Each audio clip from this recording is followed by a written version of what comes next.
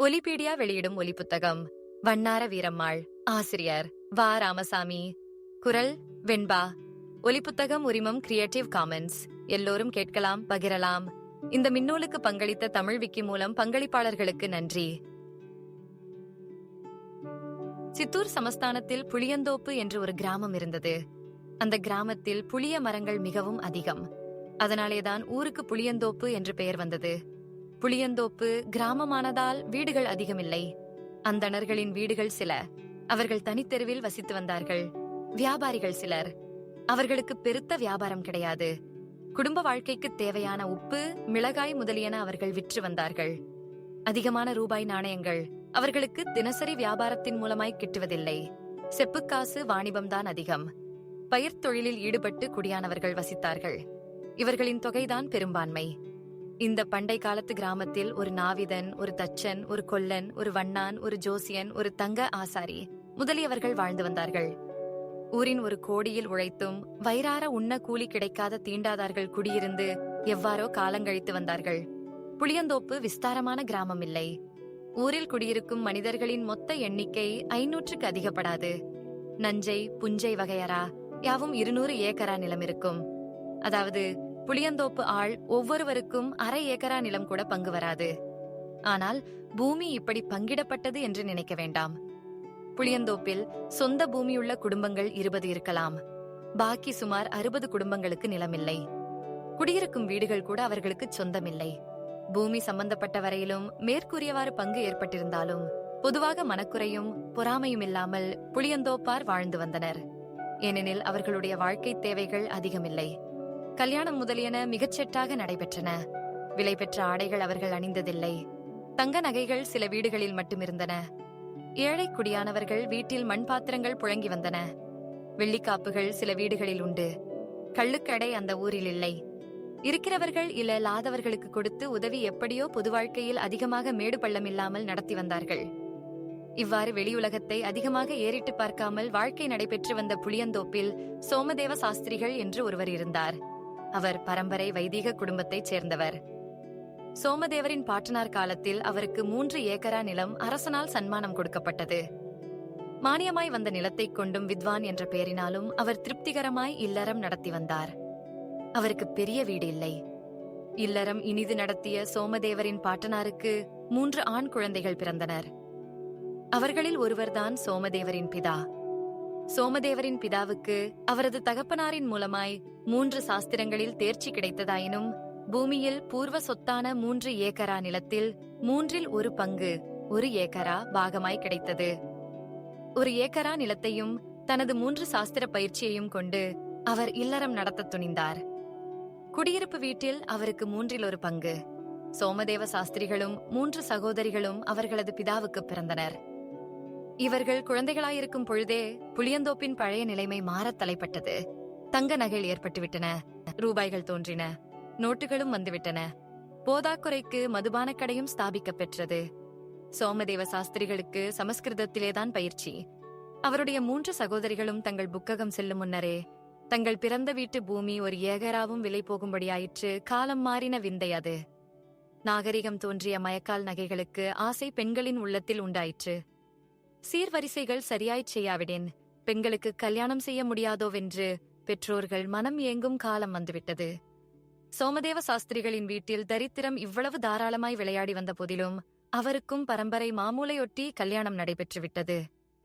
எனக்கு ஏற்பட்டது கல்யாணம் இல்லை, எனக்கு கட்டை கட்டிவிட்டார்கள் என்று அழுத்துக்கொண்டு சொல்லுவார் சோமதேவ சாஸ்திரிகள். கல்யாணமாயிற்று என்றால் குழந்தைகள் பிறந்தனவென்று சொல்லவும் வேண்டுமா? தரித்திரனுக்கு சோற்றுக்கு பஞ்சமே அன்றி குஞ்சுகளுக்கு பஞ்சமில்லை என்று கிராமத்தார் சொல்லிக் கொள்ளுவதுண்டு. அதுபோல சோமதேவ சாஸ்திரிகளுக்கு 3 ஆண் குழந்தைகள், 4 பெண் குழந்தைகள். குழந்தைகள் பிறக்க பிறக்க சாஸ்திரிகளின் வயிற்றில் இடி விழுந்தது போலாயிற்று. மரம் வைத்தவன் தண்ணீர் ஊற்றுவான் என்று நொண்டி தத்துவத்தை கொண்டித்தனமாய் பேசிக் கொண்டிருந்தால் வாயில்லா குழந்தைகள் வளர வேண்டாமா? என்ன செய்வார் பாவம்? அவர் காலத்தில் சோமதேவ சாஸ்திரிகள் கற்ற வித்தைக்கும் அவர் தரித்திருந்த சாஸ்திரிகள் என்ற பட்டத்துக்கும் விலையுமில்லை, கிளறவும் கிடையாது. அறிவு விற்பனை பொருளாய் வேண்டப்பட்டாலன்றி அறிவாளி பிழைப்பது எங்கனம்? மேலும் சாஸ்திரிகள் படித்த படிப்பு பயன்படக்கூடாத காலம் வந்துவிட்டது. 2 ஆண்டுகளுக்கு ஒரு முறை நிச்சயமாய் ஒரு புது குழந்தையை வீட்டில் எதிர்பார்த்த சாஸ்திரிகள் வெளியே போய் சம்பாதிக்கும் இயல்பில்லாதவராகவும் ஆகிவிட்டார். எனவே சாஸ்திர பயிற்சியை மூட்டை கட்டி வைத்துவிட்டு பக்கத்து கிராமங்களில் பிச்சை எடுக்க துணிந்து விட்டார். இவ்வாறு அவரது குடும்ப காலட்சேபம் நடைபெற்று வந்தது. தான் கெட்டது போல தனது குழந்தைகளும் கெடலாகாது என்று எண்ணி சாஸ்திரிகள் தனது பிள்ளைகளை வடமொழி கல்வியில் பழக்கவில்லை. நாகரிக முறையில் நவீன அறிவும் ஆராய்ச்சியும் பெறுதற் பொருட்டு தனது பையன்களை ஆங்கில பள்ளிக்கு அனுப்பி வந்தார். அவ்வாறு ஆங்கிலம் கற்றவர்களில் ஒருவன் நாராயணன். இவன் சோமதேவ சாஸ்திரிகளின் நடுப்பிள்ளை. ஆங்கிலம் சிறிது கற்றுக்கொண்டான். அதிகமாக கற்றுக்கொள்ள அவனுடைய குடும்பத்தின் வறுமை இடங்கொடுக்கவில்லை. தான் பிழைப்பு தேடினாலன்றி தனது குடும்பம் அழிந்து போகும் என்று அறிந்து கொண்ட நாராயணன் வேலைக்கு அலைந்தான். எந்த வேலைக்கு தான் தகுதியுள்ளவன் என்று அவனுக்கே தெரியவில்லை. கூலி வேலை செய்வதற்கு உடம்பில் சக்தி போதாது. இவ்வாறு திகைத்துக் கொண்டிருக்கையில் காலவசத்தால் கமலாபுரம் என்ற ஊரில் பள்ளிக்கூட உபாத்தியாயர் வேலை அவனுக்கு கிடைத்தது. கலாபுரத்துக்கும் புளியந்தோப்புக்கும் சுமார் 100 மைல் இருக்கும். வண்டி பாதை சரியாக இருக்காது. கமலாபுரம் புளியந்தோப்பை காட்டிலும் பெரிய ஊர். அந்த ஊரில் சுமார் 300 வீடுகளுக்கு அதிகம் இருக்கும். தங்கள் ஊர் வளர்கிற ஊர் என்று கமலாபுரத்தார் சொல்லிக் கொள்ளுவார்கள்.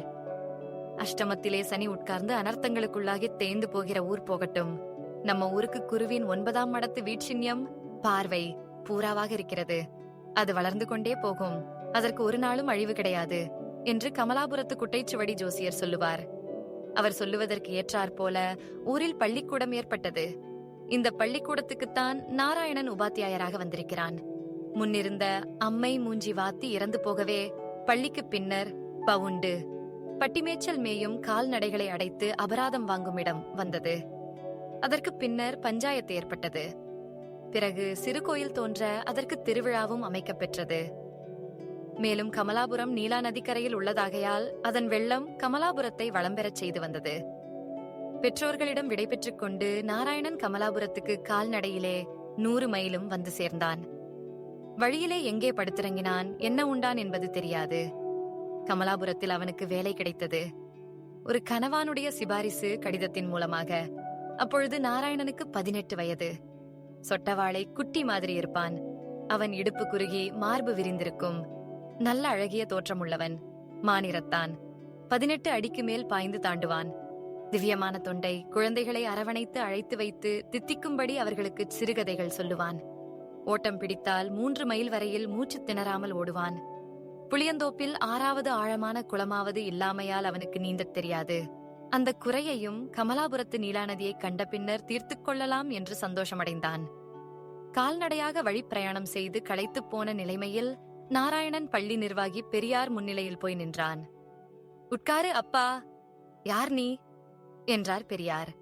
தங்கள் ஊர் பள்ளிக்கு தாங்கள் உபாத்தியாயராக நியமித்த நாராயணன் என்றான். வாத்தியாரே, வாரும் நல்ல வேளை. பழைய வாத்தியார் இறந்த 1 மாத காலமாக இந்த ஊர் பையன்கள் கழுதை மேய்க்கிறார்கள். நீர் வந்திருக்கும் லக்கினம் முகூர்த்தத்துக்கு எடுத்ததாகும். சுகசிய சிக்கிரம் என்பது ஸ்லோகம். ஆளை விட்டு பள்ளிக்கூடத்தை காண்பிக்கச் சொல்லுகிறேன். அங்கே போயிரும். பையன்களை அழைத்து வருவார்கள். லக்கினம் தவறிப் போகாமல் பள்ளிக்கூடத்தை ஆரம்பித்துவிடும் என்றார். சரி என்றான் நாராயணன். ஆள் முன் செல்ல நாராயணன் பின் நடந்தான்.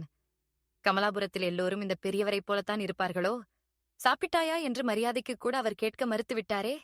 வாத்தியார் வந்த சந்தோஷத்திலேயே அவர் அதை மறந்துவிட்டாரோ? என்னமோ போக போகத் தெரிகிறது. பார்த்துக்கொள்வோம்.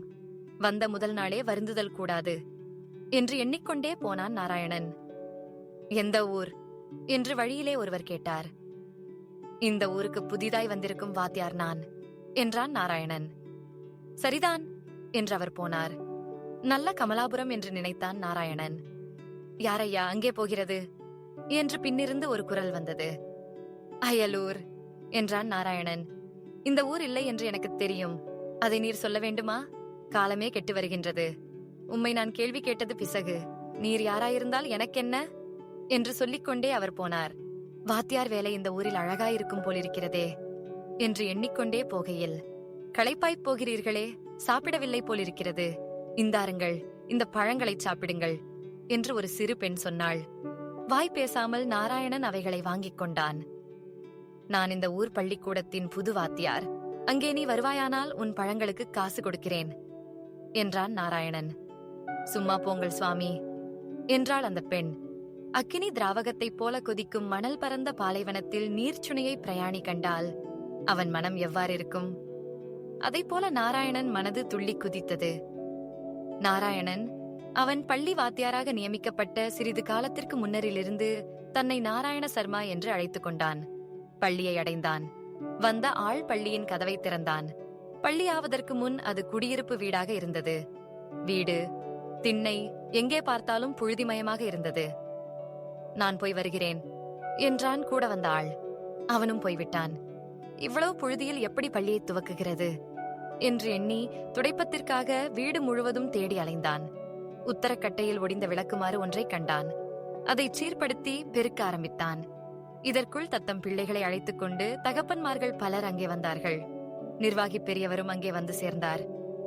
என்ன வாத்தியாரே, உமக்கு சமயம் பொழுது தெரியவில்லையே? கூட்டுகிற வேலையை நாளைக்கு வைத்துக் கொள்ளக்கூடாதா? அதற்கு லக்கினம் தவறிப் போய்விடவில்லையே? குப்பை கிடந்தால் படிப்பு வராதா என்று பெரியவர் பிரசங்கம் செய்தார். நாராயண சர்மா துடைப்பத்தை சிறிது தூரத்தில் கொண்டு போய் வைத்துவிட்டு கைகூட துடைத்துக் கொள்ளாமல் வந்து சேர்ந்தான். என்ன ஐயா, கையிலே முழ நீளக் குப்பையை வைத்துக்கொண்டு கையை சுத்தம் செய்து கொள்ளாமல் சொல்லிக் கொடுக்க வந்து விட்டீரே என்றார் பெரியவர். கைகளை தனது உடையின் பின்புறத்தில் துடைத்துக் கொண்டான் நாராயண சர்மா. தரித்திரத்திற்கும் அடிமைத்தனத்துக்கும் எவ்வளவு நெருங்கிய சம்பந்தம் உண்டு என்று அவனுக்கு அப்பொழுது தெரிய வந்தது. குரங்காட்டி, குரங்கை, லங்காபட்டினம் தாண்டாயா எனக் கேட்டு அதை தாண்டச் செய்யும் வீதி வினோதம் அவனுக்கு ஞாபகம் வந்தது. லக்கினம் தவறிவிடாமல் அன்றைக்கு ஒருவாறு பாடம் முடிந்துவிட்டது. பெற்றோர்களும் பையன்களும் கலைந்து போனார்கள். அவஸ்தப்படாதேயும், உமக்கு அரிசி அனுப்புகிறோம், இந்த பள்ளியின் அடுத்த பக்கத்தில் சமைத்துக் கொள்ள இடம் இருக்கிறது என்று சொல்லிவிட்டு நிர்வாகி பெரியார் அகன்று விட்டார். பள்ளிக்கூட வீட்டை சுற்றி பார்த்தான் நாராயணன். பக்கத்தில் ஒரு அறை இருந்தது. அதற்கும் வெளிவீதிக்கும் தனி வழி இருந்தது. அடுப்பு கட்டிகள் 2 இருந்தன. உடைந்ததும் உடையாததுமாக 4-5 மண்பாண்டங்கள் இருந்தன. பள்ளி ஊர்கோடியில் என்பதை சொல்ல மறந்துவிட்டேன். பள்ளிக்கூட கட்டிடத்துக்கு பக்கத்தில் நடைபாதையின் ஒதுக்குப்புறத்தில் ஒரு கிணற்றை கண்டான். அந்த கிணறு ஒரு தண்ணீர் பந்தலுக்காக ஏற்பட்டிருக்க வேண்டும் என தெரிந்து கொண்டான். பள்ளிக்கும் நீலாநதிக்கும் 2 பர்லாங்கு தூரம் இருக்கும். தண்ணீர் பந்தல் வாளியை எடுத்து கிணற்றினின்றும் தண்ணீர் இறைத்து தனது உடம்பை கழுவி சுத்தம் செய்து கொண்டான். பிறகு கையில் வைத்திருந்த பழங்களை தின்று ஏப்பமும் விட்டான். ஆனால் பள்ளியில் குவிந்து கிடந்த குப்பை மட்டும் அவன் கண்ணை உறுத்திற்று. தண்ணீர் பந்தல் துடைப்பத்தை கடன் வாங்கிக் கொண்டு பள்ளியில் நுழைந்தான். இதற்குள் அரிசி, பருப்பு, கொஞ்சம் எண்ணெய், மிளகாய், சிறிது மோர், சிறிது நெய் இத்தனையும் வந்து சேர்ந்தன. ஆனால் எதைக் கொண்டு அவைகளை சமைப்பது? விறகில்லை, பாத்திரங்கள் கிடையாது. கையால் தொட்டதும் பதார்த்தங்களை பக்குவமாய்ச் சமைத்துவிடும் சக்தி நலனுக்கு இருந்ததைப் போல நாராயணனுக்கு இல்லை. சாமான்கள் கொண்டு வந்தவர்கள் அவைகளை சான் குப்பையிலே வைத்துவிட்டு கூடையை பின்னால் அனுப்புங்கள் என்று உத்தரவிட்டுச் சென்றார்கள். பழம் சாப்பிடுவதற்கு முன் களைப்பை அறியாத நாராயணனுக்கு பசியால் இப்பொழுது காது அடைத்தது. தனது குடும்பத்தாரை நினைத்து, தனது தரித்திரத்தை நினைத்து, தனது தற்போதைய கமலாபுரத்து நிலைமையை நினைத்து கோவென்று அழுதான் நாராயண சர்மா. அப்பொழுது பிற்பகல் 20 நாழிகை இருக்கும். கோடைகாலம் களைப்பும் கண்ணீரும் சேர்ந்தவுடன் அவனை அறியாமல் அவன் குப்பையிலேயே படுத்துக்கொண்டு தூங்கிவிட்டான். எவ்வளவு காலம் அவன் இப்படி தூங்கினான் என்பது அவனுக்கு தெரியாது. கண் விழித்து பார்த்தான். பள்ளிக்கூடத்து வாயிற்படியண்டை சிறிய பெண் ஒருத்தி உட்கார்ந்திருந்ததை கண்டான். தனக்கு பழம் கொடுத்த பெண் என அவனுக்கு தெரிந்தது. சுவாமி, நெடுநேரம் தூங்கிப் போனீர்களே, பொழுது போக இன்னும் 2 நாழிகைதானே இருக்கிறது. நான் இங்கே வந்தேன். எல்லாம் திறந்திருந்தது. நீங்கள் தூங்கிக் கொண்டிருந்தீர்கள். கூடை சாமான்கள், பள்ளிக்கூட சாமான்களை பார்த்து கொண்டு இங்கேயே உட்கார்ந்து கொண்டிருந்தேன். பொழுது போயிற்றே, எழுப்பலாமா என்று நினைத்தேன். அசதி என்று சும்மா இருந்து விட்டேன். நீங்கள் ஆகாரத்திற்கு என்ன வழி செய்தீர்கள் என்றாள் அந்த பெண். நாராயண சர்மாவுக்கு என்ன சொல்லுவது என்று ஒன்றுமே தெரியவில்லை. அந்த பெண்ணில் செயலைக் கண்டு அவன் மனம் குழம்பிப் போனான். எங்கள் வீட்டில் மோர் இருக்கிறது, கொண்டு வரட்டுமா என்றாள். நீ யார் என்றான். என் பெயர் வீரம்மாள், நான் வண்ணார வீடு என்றாள். வீரம்மா, நீ சொன்னதற்கு ரொம்ப சந்தோஷம்.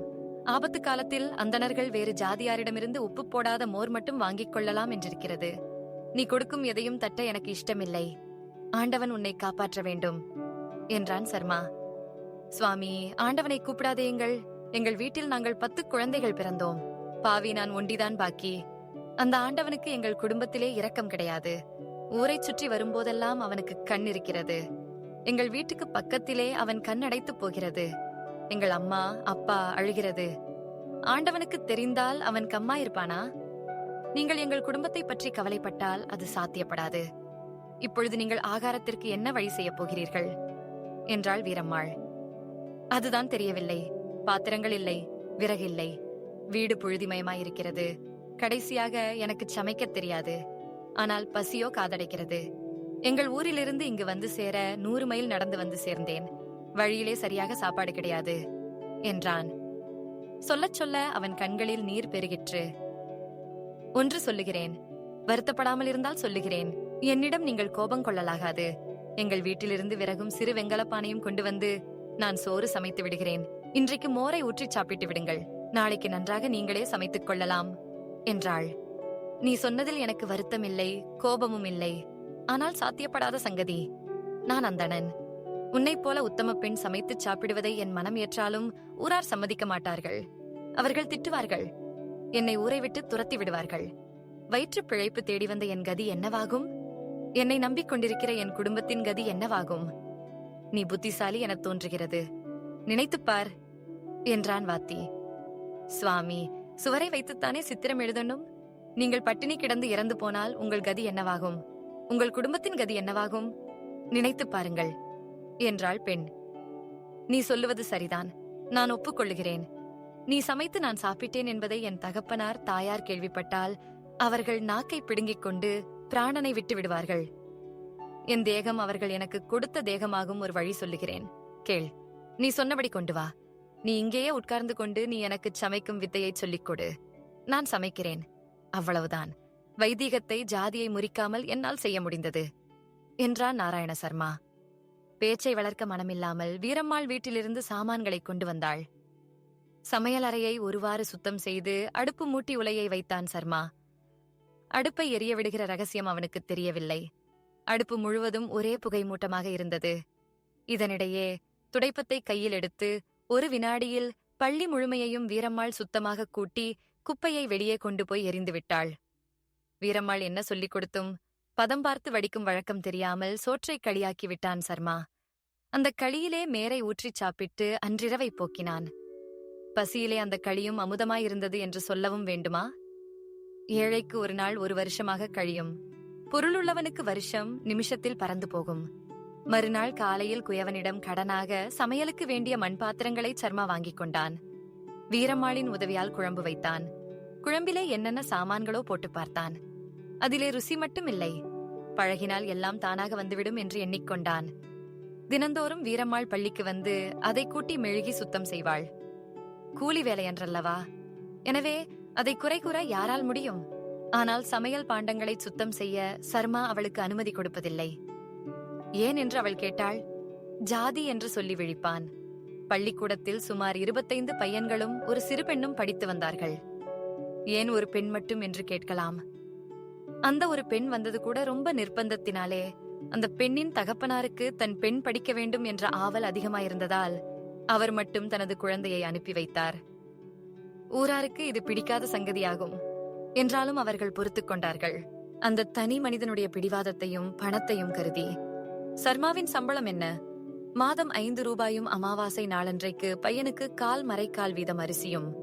ஊரார் எவரும் விரும்பாத் மரக்கட்டை சர்மாவுக்கு விறகாக அனுப்ப பெறும். புதுப்பிள்ளை வந்து சேர்ந்தால் ஒரு தேங்காய், பாக்கு வெற்றிலை, ஒரு அனா குருபாத காணிக்கை நாராயண சர்மாவுக்கு வரும். 25 குழந்தைகளும் ஒரே வகுப்பல்ல. அக்ஷராபியாசம் முதல் கூட்டி படிக்க தெரிந்த பையன்கள் வரையில் இருந்தார்கள். இவர்களை கட்டி மேய்க்கும் கஷ்டம் பள்ளிவாத்திமார்கள் அறிவார்களே ஒழிய பெற்றோர்களுக்கு ஒரு நாளும் தெரிய போவதில்லை. வீட்டிலே குறும்பு செய்வதால் பள்ளிக்கூடத்துக்கு அனுப்பு என்று கம்பீரமாக தகப்பன் சொல்லிவிடுவான். ஆனால் பள்ளிவாத்தியின் கஷ்டத்தை அவன் அறிவானா? என் பையனுக்கு சரியாய் படிப்பு வரவில்லை, வாத்தியாரின் கவனிப்பு போதாது என்று குறை கூற மட்டும் அவனுக்கு தெரியும். ஆனால் பச்சை குழந்தைகளை கண்ணார கண்ட பிறகு நாராயண சர்மா தனது கஷ்டம் ஒன்றையும் நினைத்துக் கொண்டதே இல்லை. சமையல் நேரத்தை கூட மறந்து விடுவான். குழந்தைகளை தெய்வங்களாக அவன் கொண்டாடினான். நாராயண சர்மாவின் அதிருஷ்டத்தால் அவன் கமலாபுரத்துக்கு வந்த 2 தினங்களுக்குள் அமாவாசையும் வந்தது. அந்த மாதச் சாப்பாட்டு அரிசியும் கூட வந்து சேர்ந்தது. மாதம் முடிந்த பின் சம்பளமும் கைக்கு எட்டிற்று. ரொக்க ரூபாய் 5 ரூபாயை கையில் பார்த்தவுடன் அவன் அடைந்த மகிழ்ச்சிக்கு அளவில்லை. 5 மைல் தூரத்துக்கு அப்பால் உள்ள தபால் ஆபீஸுக்கு ஓடி 4 ரூபாயை தனது தகப்பனார் பேருக்கு மணி ஆர்டர் செய்தான். அன்று முழுவதும் அவன் அடைந்த களிப்பை சொல்ல முடியாது. 6 வடிய கொல்லும், பஞ்சம் தெளிய கொல்லும் என்று உலகத்தார் சொல்லுவார்கள். அதுபோல சோமதேவ சாஸ்திரிகள் நாராயணன் அனுப்பிய பணத்தை கையில் எடுத்து கனம் பார்த்து களிப்படையும் காலத்தில் 2 தடவை சொடுக்கி இழுத்து இறந்து போனார். நாராயண சர்மாவுக்கு கடிதம் மூலமாக செய்தி கிடைத்தது. விம்மி விம்மி அழுதான். வீரம்மாளிடம் சொன்னான். ஊராரின் உத்தரவை பெற்று தனது தகப்பனாரின் உத்தரக்கிரியைகளின் பொருட்டு புளியந்தோப்புக்குச் சென்றான். ஏழை குடும்பத்தின் மூலபுருஷன் இறந்து போனால் அந்த விபரீத நிகழ்ச்சியின் பலனை யாரால் எழுத்தில் எழுத முடியும்? வாயால் சொல்ல முடியும். சொல்லுவதென்ன? சோமதேவ சாஸ்திரிகளின் உத்தரக்கிரியைகள் நடைபெற்றன. குடும்பத்துக்கு 50 ரூபாய் கடன் ஏற்பட்டது. கடன் பொறுப்பை நாராயணன் ஏற்றுக்கொண்டு கமலாபுரத்துக்கு திரும்பி வந்தான். வந்ததும் வீரம்மாள் அவனை விசாரித்தாள். 2 வித நஷ்டங்கள் எனக்கு உண்டாகிவிட்டன. தகப்பனாரை சுகத்தில் வைத்து கழிக்க வேண்டுமென எண்ணின எனக்கு அவர் இறந்தது ஒரு நஷ்டம். எனக்கு சந்தோஷம் இது. அவருக்கு பணிவிடை செய்து பாதுகாக்க அவர் இல்லையே. அவர் இறந்ததனால் எனக்கு கடன் ஏற்பட்டது, மற்றொரு நஷ்டம் என்றான். கவலைப்பட்டு செய்வதென்ன? கடனை தீர்க்கிற வழியை பற்றி அல்லவா இனிமேல் யோசிக்க வேண்டும். கடனை தீர்த்து நல்ல பெயரோடு வெளியே வர வேண்டும், அதுதான் கவலை என்றாள் வீரம்மாள். உன் யோசனையை மெச்சினேன் என்றான் நாராயண சர்மா. அந்த மாதம் முதல் தன் தாய்க்கு 3 ரூபாயும் கடனுக்கு 2 ரூபாயும் அனுப்பி வந்தான். அமாவாசை அரிசி, அவன் சாப்பாட்டுக்கு பாத, காணிக்கை பணம், மணியார்டர் கூலிக்க. இவ்வாறு 2 ஆண்டுகள் கழிந்தன. ஆனால் கடன் தீர்ந்தபாடில்லை. இன்னும் 20 ரூபாய்க்கு அதிகம் பாக்கி என்று கடன் கொடுத்தவன் சர்மாவுக்கு எழுதிவிட்டான். இப்பொழுது சர்மாவுக்கு வயது 20, வீரம்மாளுக்கு 14. ஊரிலே சர்மாவுக்கு நல்ல மதிப்பு. பிள்ளைகளுக்கு அவனிடம் ரொம்ப பிரியம். இந்த சமயத்தில் ஊரார் தபால் அதிகாரிகளுக்கு மனு செய்து கொண்டார்கள். கமலாபுரத்தில் ஒரு கிளை தபாலாபீஸ் ஸ்தாபிக்கப்படுதல் வேண்டும் என்பது மனுவின் கோரிக்கை. மனுவை விசாரிக்க தபால் இன்ஸ்பெக்டர் வந்தார். ஊரார் அவரை மரியாதை செய்து வரவேற்றார்கள். சர்மாவும் அங்கிருந்தான். தபாலாபீஸ் வைப்பது என முடிவு செய்யப்பட்டு வேலைக்கு சர்மாவை நியமிப்பது உசிதம் என வேண்டிக் கொள்ளப்பட்டது. அவன் யார்? எங்கே அவன் என்றார் இன்ஸ்பெக்டர். சர்மா அவர் முன்னிலையில் வந்து நின்றான். நீ பிராமணனா? உன்னை பார்த்தால் பையன் போலிருக்கிறதே. தபாலாபீஸ் பணம் புழங்குகிற இடமாயிற்றே, கையெறிக்க கூடாதே. பிராமணனா என்றார் இன்ஸ்பெக்டர். நல்ல பிள்ளை, வேண்டுமானால் அவருக்காக நான் ஜாமீன் நிற்கிறேன் என்றார் பள்ளி நிர்வாகி பெரியார். விஷயம் முடிந்து தபாலாபீஸ் உத்தியோக மூலமாய் கூடுதலாக இன்னொரு 5 ரூபாய் சர்மாவுக்கு கிடைத்தது. 2ஐயும் சேர்த்து பார்க்கும்படியாக அவனுக்கு காலமும் வேலையும் அமைந்தன. அன்றைய தபாலிலேயே தனது தாய்க்கு இந்த சந்தோஷ செய்தியையும் எழுதி அனுப்பினான். அன்றைய தினம் வழக்கம் போல் வீரம்மாள் வந்தாள். வீரம்மா, சங்கதி கேட்கவில்லையே. நம்ம ஊருக்கு தபாலாபீஸ் வரப்போகிறது. நான் அதற்கு அதிகாரி. அதற்காக எனக்கு 5 ரூபாய் சம்பளம். 2 சம்பளமும் சேர்ந்து எனக்கு 10 ரூபாய் கிடைக்கும். இனிமேல் நான் பணக்காரன் இல்லையா என்றான் சர்மா. அப்பா, நல்ல வேளை. இனிமேல் உங்களுக்கு கடன் தொந்தரவு இருக்காது. ரொம்ப சந்தோஷம் சுவாமி என்றாள். வீரம்மா, நீ புத்திசாலி. பார்த்தியா, அந்த பாழான் கடனை மறந்துவிட்டேனே. உண்மை, இனிமேல் கடன் இருக்காது. இனிமேல் உன் பாடங்களை நீயே படித்துக் கொள்ள வேண்டும். தபால் வேலையும் சேர்ந்தால் சமையல் செய்யக்கூட எனக்கு நேரமிராது. ஆகையால் உன் சந்தேகத்தை நீ கேட்டுக்கொள். நீ தனியாக எதையும் கற்றுக்கொள்ளக்கூடிய நிலைமைக்கு வந்துவிட்டாய் என்றான் நாராயணன். அவள் ஒன்றும் சொல்லாமல் இருந்தாள். பேசாமல் இருக்கிறாயே என வினவினான். ஒன்றுமில்லை, நான் சொல்வதை கேட்பதாயிருந்தால் சொல்லுகிறேன். வீணே வாயிடக்க இஷ்டமில்லை என்றாள். எனக்கு இது சந்தோஷ சமயம். நீ எதை கேட்டாலும் தருகிறேன் என்றான். உங்களுக்கு இனிமேல் அதிகமாக ஓய்வு நேரம் இருக்காது. உங்கள் துணிகளை தோய்த்துக் கொண்டு வருகிறேன். புஸ்தகங்களையும் நானே படித்துக் கொள்கிறேன். நான் அயர்ந்து போன சமயம் பார்த்து என்னை வார்த்தைகளால் கட்டுப்படுத்தி விட்டாய். நான் சொல் தவற முடியாது. உன் இஷ்டம் போல் செய் என்றான் சர்மா. வீரம்மாள் மிகுதியும் சந்தோஷமடைந்தாள். மேலே கூறப்பட்டது நடந்து 1 வாரம் இருக்கும். நாராயண சர்மா முகவாட்டத்துடன் இருந்தான். அந்த சமயம் வீரம்மாள் வந்தாள். சுவாமி, ஏதோ வருத்தப்பட்டுக் கொண்டிருக்கிறீர்களே, எனக்கு சொல்லலாகாதா? தாயாருக்கு உடம்பு அசௌகரியமா, அல்லது கடனுக்காக அந்த ஆளிடமிருந்து கடிதம் வந்ததா என கேட்டாள். உன்னிடத்தில் சொல்லக்கூடாதது என் ஆயுளில் ஒன்றுமே இருக்காது. உன்னை காட்டிலும் உலகத்தில் எனக்கு வேறு உதவி கிடையாது என்று சொல்லும் பொழுதே, சுவாமி, ஆண் பிள்ளைகள் ஒரு நாளும் மனங்கலங்க கூடாது. நீங்கள் கண் கலங்கினால் நாங்கள் போகிற வழி என்ன? எதற்கும் கவலைப்படலாகாது என்று என் தகப்பனார் அடிக்கடி எங்களுக்கு சொல்லுவார். உங்களுக்கு இப்பொழுது என்ன வந்துவிட்டது? தபாலாபீஸில் ஏதேனும் திருட்டு போய்விட்டதா என்று கேட்டாள். ஒரு கடிதம் என் தாயாரிடமிருந்து வந்திருக்கிறது. அதை படித்தேன், வருத்தம் உண்டாயிற்று. அதை நீ படித்துப் பார் என்று கடிதத்தை கொடுத்தான். நீட்டின. கடிதத்தை வீரம்மாள் வாங்கிக் கொண்டு கொஞ்சம் தடவி ஆள சரிப்படுத்திக் கொண்டு பின்வருமாறு படித்தாள். சிரஞ்சீவி நாராயணனுக்கு ஆசீர்வாதம். சகல மங்களங்களும் உண்டாவதாக. நீ எழுதிய கடிதத்தை உன் தங்கை ஞானாம்பாள் எனக்கு படித்து காண்பித்தாள். ரொம்ப சந்தோஷமடைந்தேன். எல்லாம் கடவுளின் கிருபை. அவன்தான் நம்ம குடும்பத்தை காப்பாற்ற வேண்டும். ஞானாம்பாளுக்கு இப்பொழுது 14 வயது. இந்த மாதத்தோடு பூர்த்தியாகிற சங்கதி உனக்கு ஞாபகம் இருக்கும். இன்னும் 2 மாதங்களுக்குள் அவளுக்குள் கல்யாணம் பண்ணியாக வேண்டும். இப்பொழுதே ஊரார் கண்டதெல்லாம் பேசுகிறார்கள். வைதிகால் விட்டு பெண்ணை 18 வயதானாலும் கல்யாணம் செய்து கொடுக்கலாம். அவர்களுக்கு சாஸ்திரமேது? அவர்களுக்கு அவர்கள்தான் சாஸ்திரம் என்று வம்பு பேசுகிறார்கள். உலை வாயை அடைத்துவிட முடியுமா? யோசித்துப்பார். உன் தமையனுக்கு கல்யாணமாகாவிட்டாலும் உனக்கு இந்த வருஷம் எப்படியாவது தன் பெண்ணை கொடுத்து விட வேண்டும் என்று உன் சின்ன மாமா கணபதி சாஸ்திரி ஒரு காலில் நிற்கிறான். நீயும் ஒண்டியாய் எத்தனை நாள் சமைத்து சாப்பிட்டுக் கொண்டிருக்க முடியும்? 2 கல்யாணங்களும் இந்த வருஷம் கட்டாயம் நடந்தாக வேண்டும். 2க்குமாக 500 ரூபாய் பிடிக்கும். உனக்கு தெரிந்தவிடத்திலேயே கமலாபுரத்தில் கடனுக்கு ஏற்பாடு செய்துவிட்டு எனக்கு உடனே பதில் எழுது. கல்யாண காரியங்கள் சீக்கிரமாக வேண்டும். எல்லாவற்றிற்கும் உடனே பதில் எழுது. நாங்கள் எல்லோரும் இங்கே சௌக்கியமாயிருக்கிறோம். வீரம்மாள் கடிதத்தை படித்து முடித்தாள். பேசாமல் இருந்தாள். அவள் முகத்தில் ஏதோ வாட்டம் ஏற்பட்டார் போல நாராயணனுக்கு தோன்றிற்று. என்ன வீரமா பேசாமல் இருக்கிறாயே என்றான் நாராயணன். அம்மா, எழுதியிருக்கிறது சரிதானே?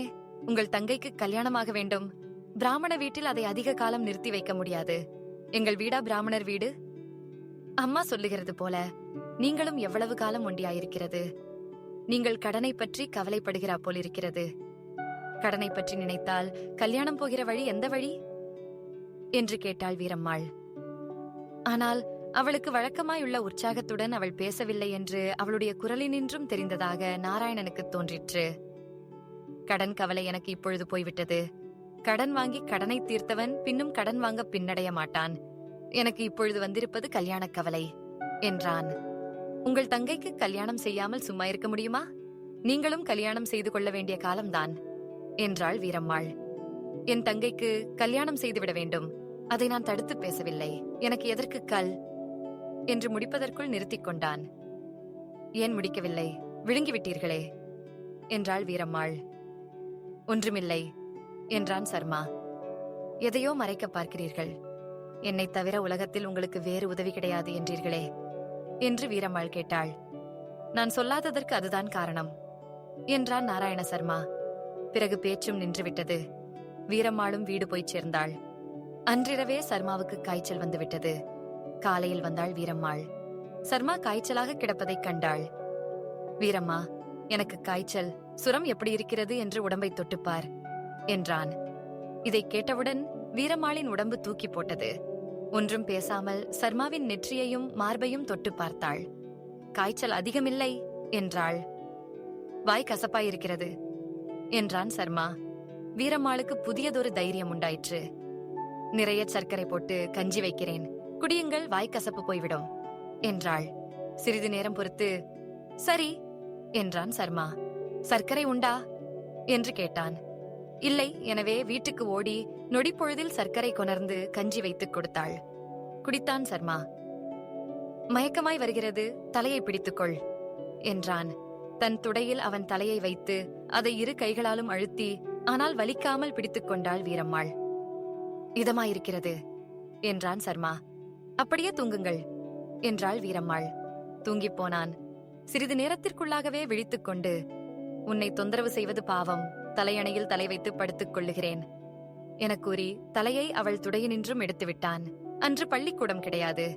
2-3 நாட்களுக்குள் அவன் காய்ச்சல் குணமாய்ப் போயிற்று. கமலாபுரம் பள்ளி சர்க்கார் பள்ளியாக மாறி 1 வருஷமாயிற்று. ஆனால் சம்பள உயர்வு மட்டும் சர்மாவுக்கு கிடையாது. திடீரென்று ஒரு நாள் அவனுக்கு ஓர் உத்தரவு ஒருவர் மூலமாக வந்தது. உத்தரவு பின்வருமாறு: கமலாபுரம் ஆரம்ப பள்ளி உபாத்தியாயர் நாராயண சர்மாவுக்கு, நீர் 24 மணி நேரத்துக்குள் உம்முடைய வேலையை நமது ஆபீஸ் உத்தரவை உமக்கு கொண்டு வந்து கொடுப்பவரிடம் ஒப்புவித்துவிட்டு தேவூருக்குச் சென்று அந்த பள்ளியின் தலைமை ஆசிரியர் பதவியை ஏற்றுக்கொள்ளவும்.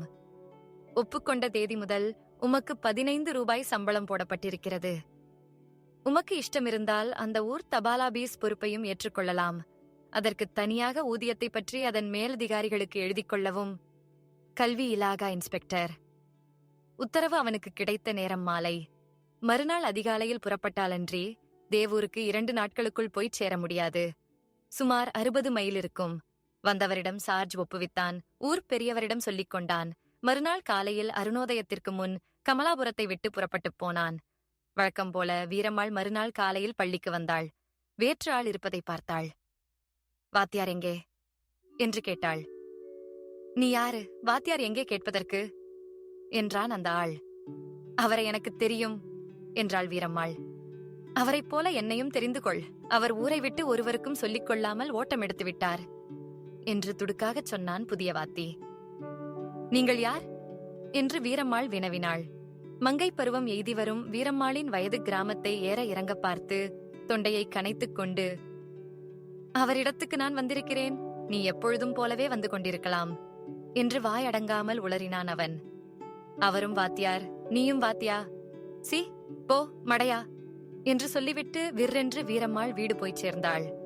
அன்றைய தினமே புதிய வாத்தி ஊர்வம்பை கிளப்பிவிட்டான். கேட்டீர்களா செய்தியை? அந்த அயோக்கியன் நாராயண சர்மா இந்த ஊர் வண்ணாரக்குடியை வைப்பாக வைத்துக் கொண்டிருந்திருக்கிறான். அவன் போய்விடவே அவள் இன்றைய தினம் என்னிடம் வந்து என்னை பிடிக்க பார்த்தாள். சீனாயே என்று அவளை அடித்து துரத்திவிட்டேன் என்று அபாண்டமான பொய்யை புனைந்து திரித்து விட்டான். வீரம்மாள் அப்படிப்பட்டவள் இல்லை என்று ஊரார் சொன்னார்கள். சர்மாவுக்கு பரிந்து சிலர் பேசினார்கள். என்னையா முழுப்புரட்டு, அந்த பெண் இன்னும் ஆளாகவில்லையே என்று யாரேனும் கேட்டால், காமத்துக்கு கண் கிடையாது என்று உளறுவான். வம்பும் ஒருவாறு அடங்கிவிட்டது. இவ்வாறு 6 மாதம் கழிந்திருக்கும். வழக்கமாக வண்ணாந்துறைக்கு துணிகளை வெளுக்க எடுத்துச் செல்லுவாள் வீரம்மாள். அங்கே துணிகளை துவைக்கையில் தனது தகப்பன் இல்லாத காலத்தில் ஒவ்வொரு அடிக்கும், வாத்தியாரே எங்கு போனீர்கள், என்னை மறந்து போனீர்களே என்று சொல்லித் துவைப்பாள். நாளுக்கு நாள் மெலிந்து போனாள். ஒருவருக்கும் தெரியாமல் ஒரு நாள் துறையில் நீரில் விழுந்து இறந்து போனாள். வீரம்மாள் இறந்து சிறிது காலம் இருக்கும். தான் கமலாபுரத்தை விட்டுச் சென்ற 1 வருஷ காலமாக நாராயண சர்மாவுக்கு லீவு கிடைக்கவில்லை.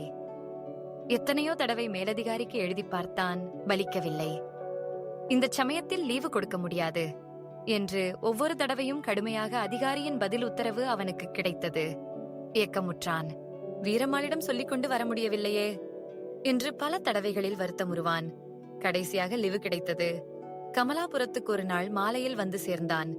வீரம்மாள் தண்ணீரில் விழுந்து இறந்ததை கேள்விப்பட்டான். மறுநாள் காலையில் வண்ணாந்துறையில் நாராயண சர்மாவின் பிரேதம் கண்டெடுக்கப்பட்டது.